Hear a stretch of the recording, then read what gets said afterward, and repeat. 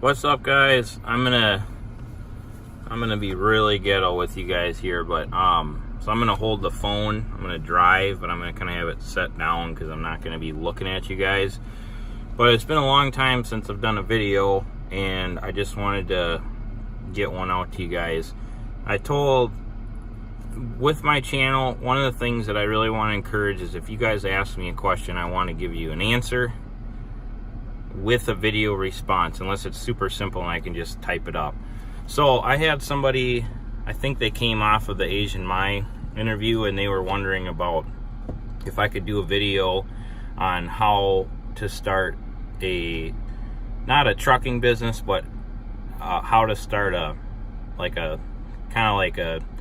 end dump and hopper business. So I wanted to get more feedback on what specifically they wanted to know, because that's such a huge question. It's like a really crazy question. Like, it's not enough information for me to give a good answer. But what I'm going to do is I'm going to drive over to where I park my trucks at, and while I do that, I'm going to just basically tell you guys the story of how my wife and I's business evolved into what it is right now, which right now we do most of our business is end dumping, but we do hoppers, and then we also do, so like a lot of it's, I guess you'd call it dry bulk. But then we also do we also do a little bit of flatbedding and a little bit of dry van. So I have 2 dry vans. I just got into that last fall, and then I do a little bit of flatbedding locally for a contractor or for a company that makes, because we got into it because we haul sand and gravel, and they make culverts and spancrete, so, and stuff like that. So then now we haul that for them locally here. But okay, so I'm just gonna basically tell you guys the story. Like I said, I need to figure out a mounting system here, but you're gonna look at my nose hairs. So basically, I got started out. Our money basically came from lawn care. From the lawn care business, we bought a truck, and then from buying a truck, we leased on, or we didn't lease on, but we went to a broker. We financed everything ourselves, our own fuel, and we had our own numbers on the side of our door, which they weren't. We just had we didn't have our own authority. We just had our plates to basically stay in Minnesota. So from there, I hauled belly dump. I did have hydraulics on my truck, but the contractor that I work for, or the broker that I work for, they started me out on a belly dump, because that's kind of how they start everybody out, because the other way that we would work for them was with a side dump, and I had no driving experience, so they said those are easier to tip over than a belly dump, which is definitely true. So I started with a belly dump. Then in the wintertime, things got slow, and then we transitioned into side dumping. And the first winter that I actually hauled side dump, I hooked up.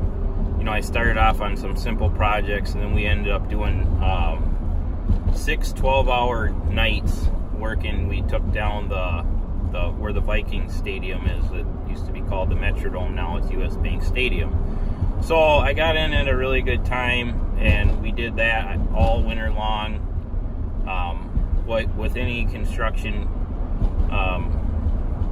job, you get those 12 hours, 6 12-hour days ended up being like four nights a week, and it was hell. I had 3 little turd kids, and my wife was not happy about it, and I was trying to explain to her that you got to work when there's work, and that whole deal. So I did that, and then that whole time I was thinking, I need to get my own trailer Because if you want to give yourself a raise, you got to figure out how can you do that. So I could get my own trailer, but I just needed to basically finance it. So I had a buddy that needed some money at the time, and he wanted to sell me a belly dump, which I really wanted to do. Didn't work out.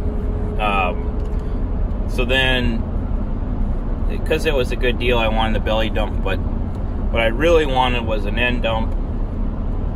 The reason I wanted an end dump was because I could see that the people that I work with in the construction side of things had junky trucks, and they were just basically, most of them had pieces of junk trucks, right?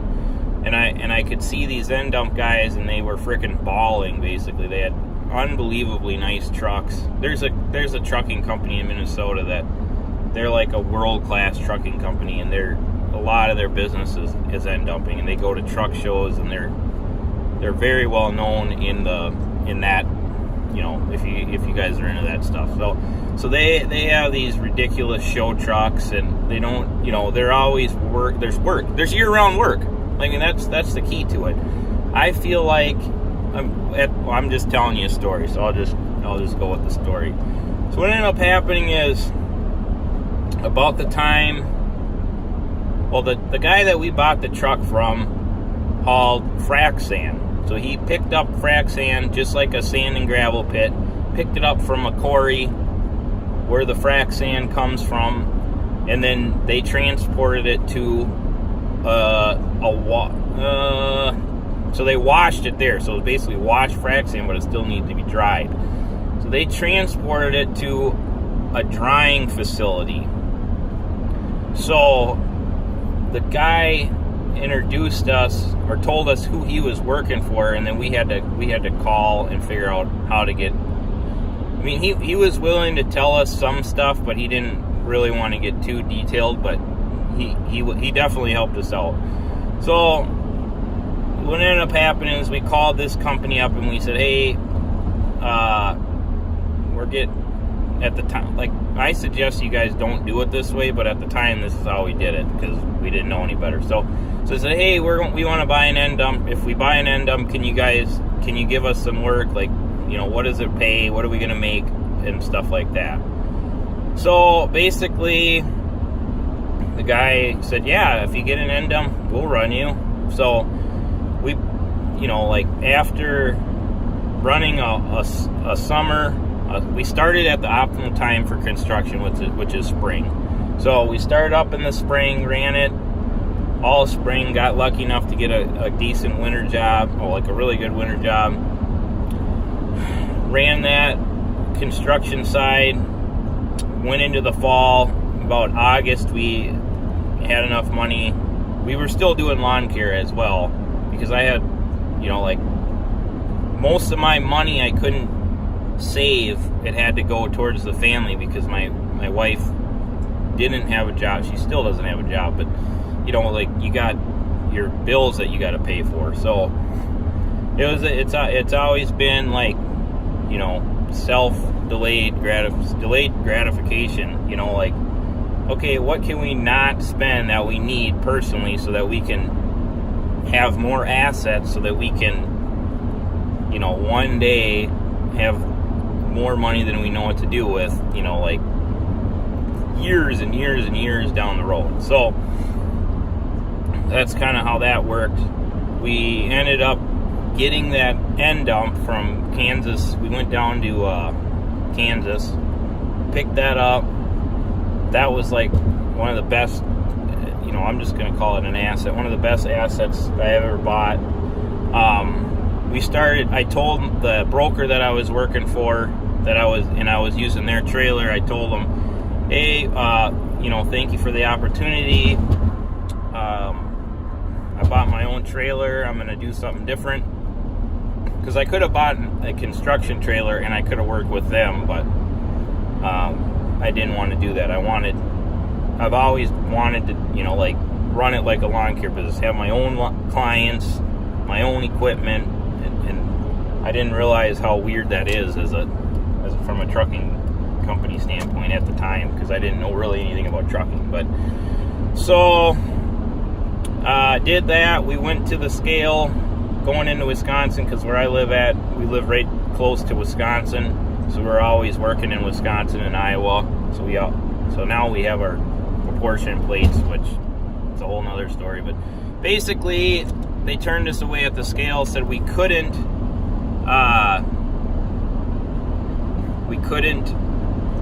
work in Wisconsin because we didn't have our authority. So we didn't know what the hell authority was. We figured that out. Figured out that it was going to take a month. Just told my broker that I wasn't going to work for them anymore. They did say that if I wanted to come back, I could come back, like whenever I wanted to, hook onto a trailer, no big deal, because that's what they want. And I'm just going to brag and tell you that I was a really good driver by the time I left there, like really good compared to what they're working with. And like being a really good driver basically means you can communicate and you have your CB radio that works. And then like if it breaks that night, you fix it instead of like running with a radio that doesn't work. I mean, that's pretty much what a good operator, what it consists of. So anyways, we got turned away at the scale. We had an oh shit moment. Like, we just spent all this money. I just told this broker I wasn't going to work. What are we going to do? So, like, one option was, like, I could call the broker that I work for and say, hey, I need to use your trailer for a month. Which, that is, like, I'm proud of the fact that that's not what I did. Because this is actually how I got started on the end dumping business, and can actually even have a video about this, because what I always preach was, if we get a trailer, there's plenty of work and there's this and that. And one thing I will say is, for the people out there that like they don't have their own authority, they don't have their own direct clients, and they really don't have an idea of what like direct clients are paying and stuff like that. Like, it's always like, you always think that these guys are making so much more than you, and in my experience, the more I learn, it's like, wow, it's not as much money as you would think. But the thing is that, like, let's say it's 10% more or 20% more to have, like, to keep everything. Well, if you run in a business, most businesses run off 10-20%. I'm getting off on a little tangent here, but 10-20% is a really good business. Well, shit, a trucking company, after they pay a broker and don't even have their own trailer, they can still pay a driver to drive their truck and make and net 10-20%. So if you add an extra 10-20% on top of that, if you have your own trailer, your own accounts, I mean, that's technically like you're doing like 40% profit margins. I mean, if you do the math like I just did, I'm not running at that high of a rate, but I'm just saying it doesn't have to be that much more to make a drastic difference. And then when you have a whole bunch of assets doing that, it really adds up really quick, right? So let's just say that. So getting back to the story, I decided that I was going to put my money where my mouth was, and I was going to call people and find work for my truck. So I called like a few different people. They all said, if you had a dump truck, we'd use it. We don't need an end dump.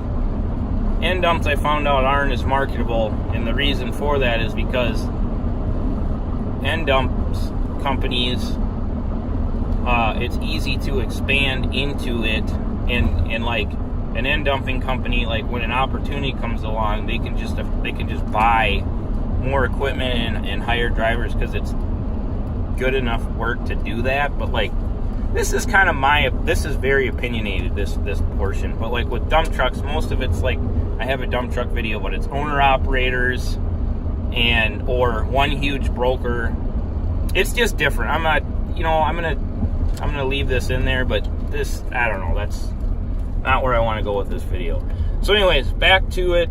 No one really wanted to hire me, and now I'm thinking, oh shit again, like, what the hell, I got this trailer and I thought we were going to be just balling. And now, like, I can't find anyone. Well, I called this company after a while, and I was just like, hey, you know, I need work for like a month. And like, if you don't have it for a month, that's fine. I just need some work. I got an end dump. This is, you know, like, whatever. Can I help you guys out? Can you help me out? Would it work out? So he said, I think we might have something. It's only going to last for like about that time. It'll probably end before, but we can give it a shot. So he took down my number, or he gave me somebody else's number that had to make the decision. So when that happens, usually that's like, you're never going to get a phone call back. Well, it's just whatever. Well, what ended up happening was the guy called me back. It worked out, and we were working our asses off, but we were doing like $1,300 a day. And we were working 6 days a week, which isn't even normal in end dumping. Normally it's 5 days because gravel pits aren't open on the weekends. But we were working 6 days a week, doing like $1,300 a day, and then the job didn't end for like a month and a half. And all we were doing was we were stocking a mobile plant. So it wasn't, you know, like, it was an asphalt company. The plant basically, it moves. So it's not like you can do it year after year, right? So in the town, I just got to the lot here. So that's what my commute is, I guess. But in the town that the mobile plant was in,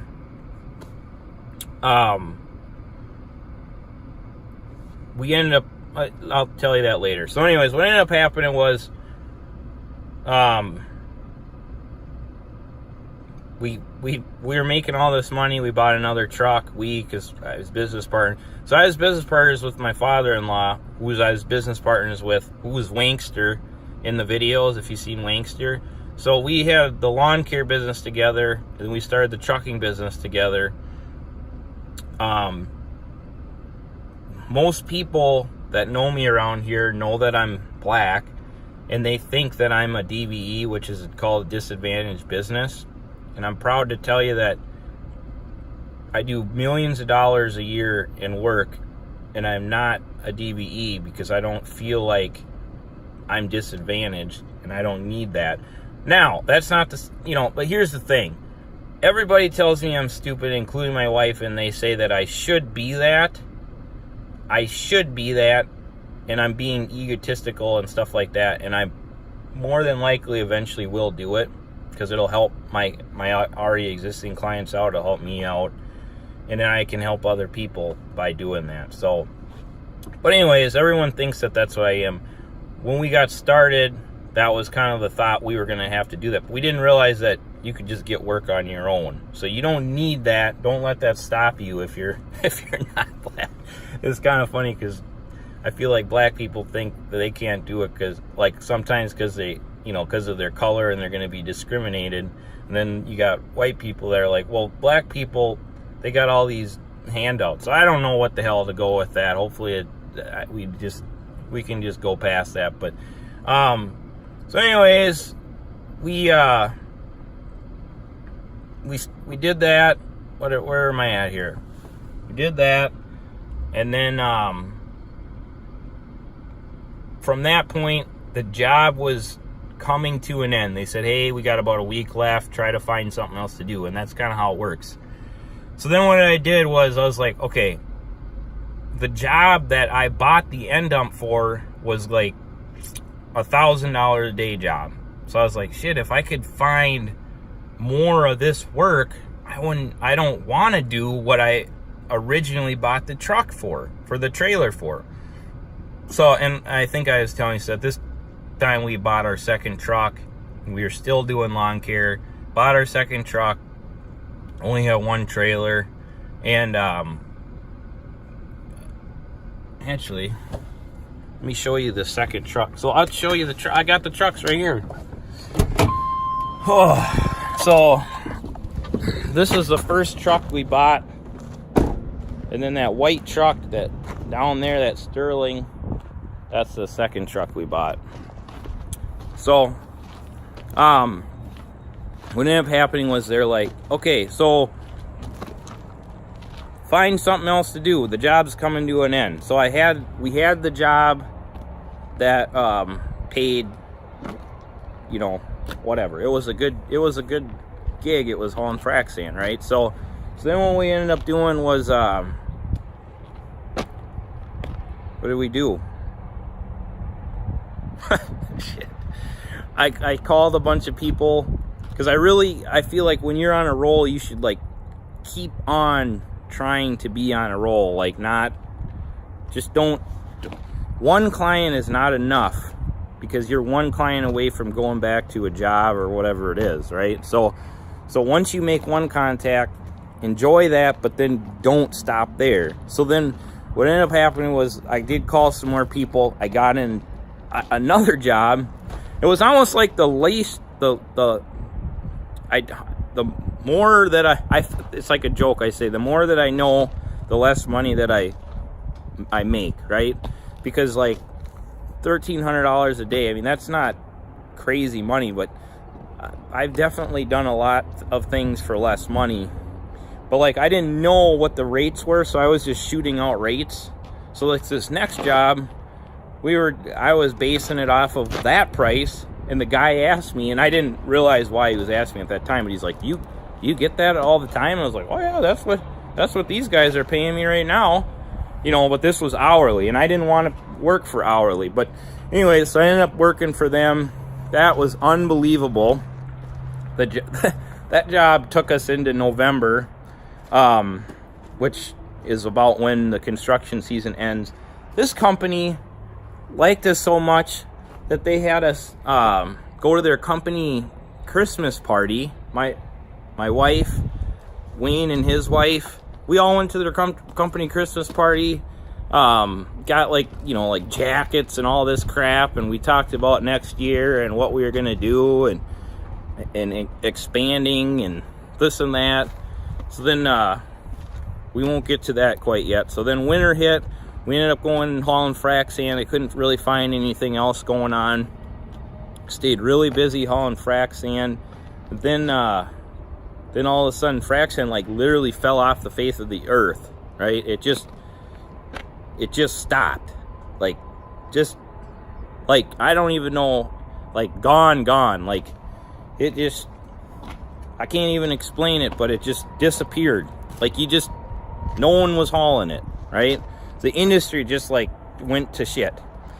So all of those struggles that I had was like unbelievable, like unbelievably good, because if I would have, first off, I would have shown up at the scale and they would have let me go, or if I would have did a workaround or ran one of my buddy's plates, which was like a conversation we were thinking about having, I would have had nothing.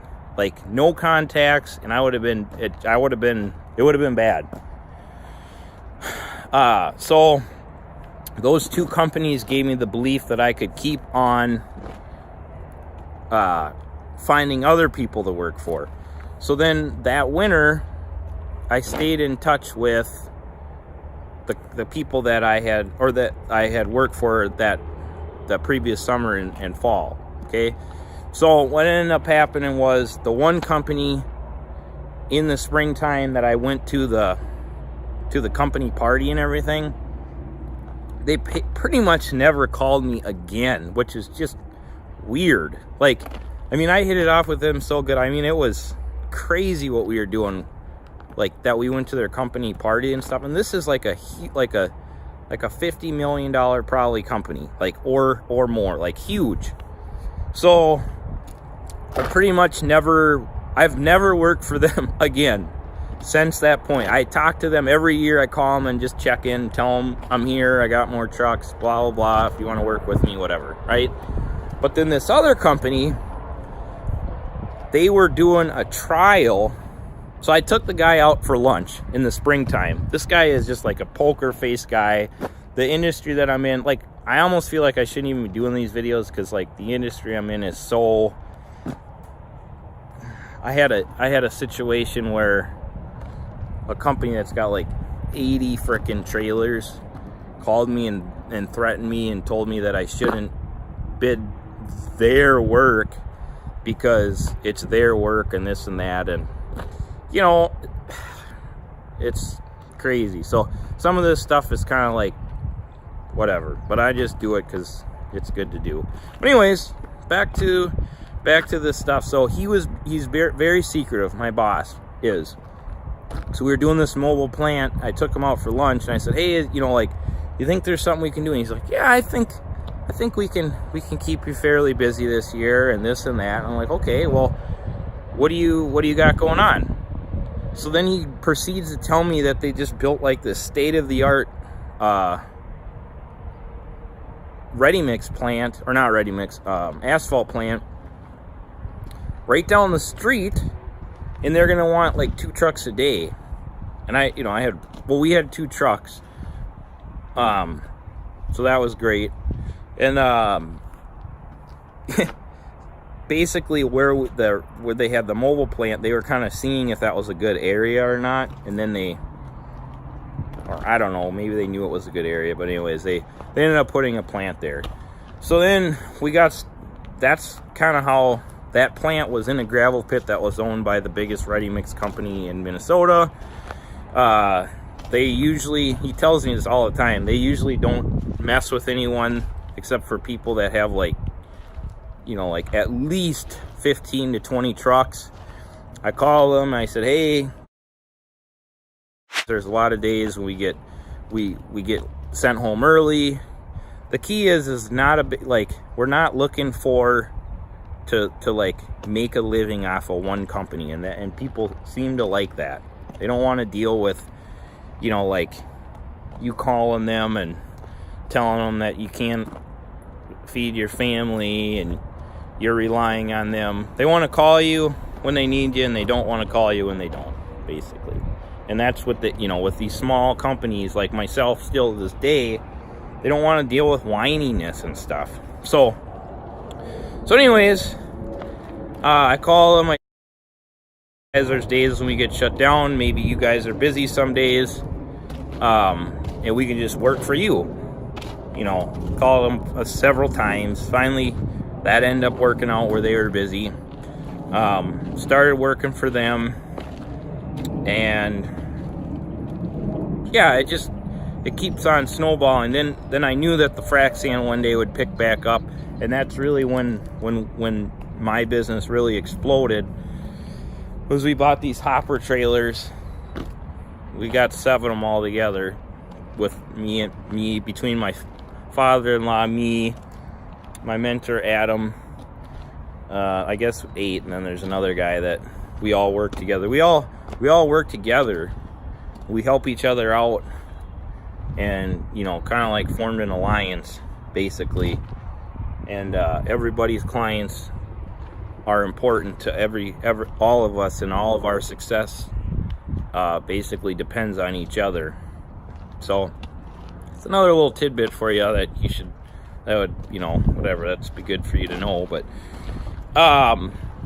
so that happened, and yeah, I mean, it just goes on and on. I mean, but that's the gist. And then now we do crazy amounts of revenue and have all these different clients, and even more than I'm talking about now. But that's like lots of luck involved, lots of whatever.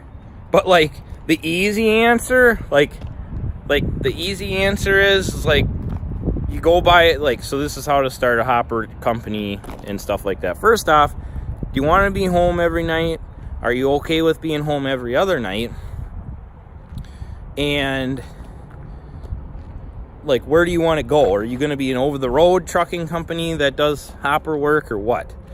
But if like a much simpler approach, and not having to be super business guy and dealing with all the freaking headaches that come with what I just told you, because I'm telling you it's freaking nuts and like very stressful, and trucks don't show up, and how are you going to cover that, and what happens if the plant doesn't have enough, like the plant runs out of material and your trucks don't show up. And I mean, very freaking stressful, okay? Because I'm at the point right now where when somebody calls in, because, oh yes, people call in sick, that's when I actually drive. Like, oh shit, something needs to get covered, I gotta do it. And Adam, he's the same way. He's freaking got, I think at this point, it's close to freaking 20 trucks rolling around. And we're just behind the scenes, just shuffling stuff around. Okay, that's another story. But anyways, so getting back to it, the traditional way would, you get a truck, you go on bulkloads.com, and you just get loads. And then you create relationships with these brokers, find one or two that you like that kind of are in your area that can help you out, and then you just start running for them. I mean, that's a simple way to do it. When you look at the rates, they're very terrible. But once you create relationships with these brokers, like we got a broker that she's awesome, and she gives us way better rates than what you see on bulk loads all the time. And if you dedicate to her, she hooks you up like big time. Okay, so you got that going on. And then otherwise, I mean, if you're local in an area, any company like myself, and or like a conglomerate, like a 40 truck operation, you can just you can hook up with them. Yeah, usually it's 10% for the job if you have your own trailer. Sometimes these companies won't even let you, they want 20%. They won't let you hook up. They won't let you run your own equipment. So you gotta get in where you fit in, basically. And you just learn the game, and then you just, what I have never done is I kind of done this, but you got to be careful with how you do it. Like right now, like I told you, that company that called me and basically said, hey, we're aware of you, we're aware of what you're bidding, and you're bidding our stuff, and we're gonna come in basically and lowball the shit out of what you do, and basically take me out of business, is what they're basically telling me they're gonna do, with a smile on their face, like, oh, okay, well, nice to meet you, But I've never had that call until recently, but I got it. But basically you're gonna run for somebody else. But like for me, I still work. Like I'm getting to the point where like I have these huge trucking companies that help me out. We all help each other out.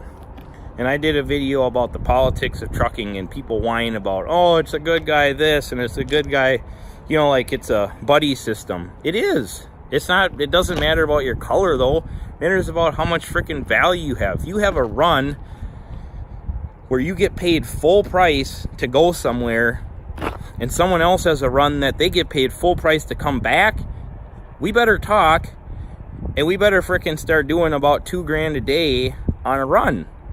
Because we can send our trucks back and forth, because that's not normal. So it doesn't, just because I only do, I don't really want to tell you guys what I do for money, but just because I'm a small trucking company, if I have value, somebody that's got 40 trucks or 50 trucks, they're still going to mess with me. We're still going to be friends. We're still going to be, so you don't want to piss people off that could eventually help you out. You know what I mean? You don't want to rub people the wrong way. And you really got to make those decisions wisely if you feel like you're good. Because that company the first company that I ever worked for on the construction side, one of their clients who they don't work for anymore is one of the companies that I work for now. totally different business. I'm not in the construction business. They do construction. I do something I support the construction side of things, because like the dump trucks haul the asphalt that we bring the sand and gravel to make, but it's different, right? So they won't let me work for them. They don't like seeing me have multiple trucks and 10 or 11 trailers or whatever it is that I have, basically doing what they're doing on a very small scale. They don't like that. I will never work for them. I've called them. They act like they don't know who I am. Like, oh yeah, we're busy right now, and give me all these lame excuses, and so, but that's fine. I got other people that I can work for. 95% of my revenue comes from me having direct clients. I don't do a lot of brokered freight. I'm proud to say that. So anyways, it's a long video. The question was huge. I would have liked to have been more specific, but I figured I'll tell you guys, give you guys a little story time with Eric here. All right, get to work.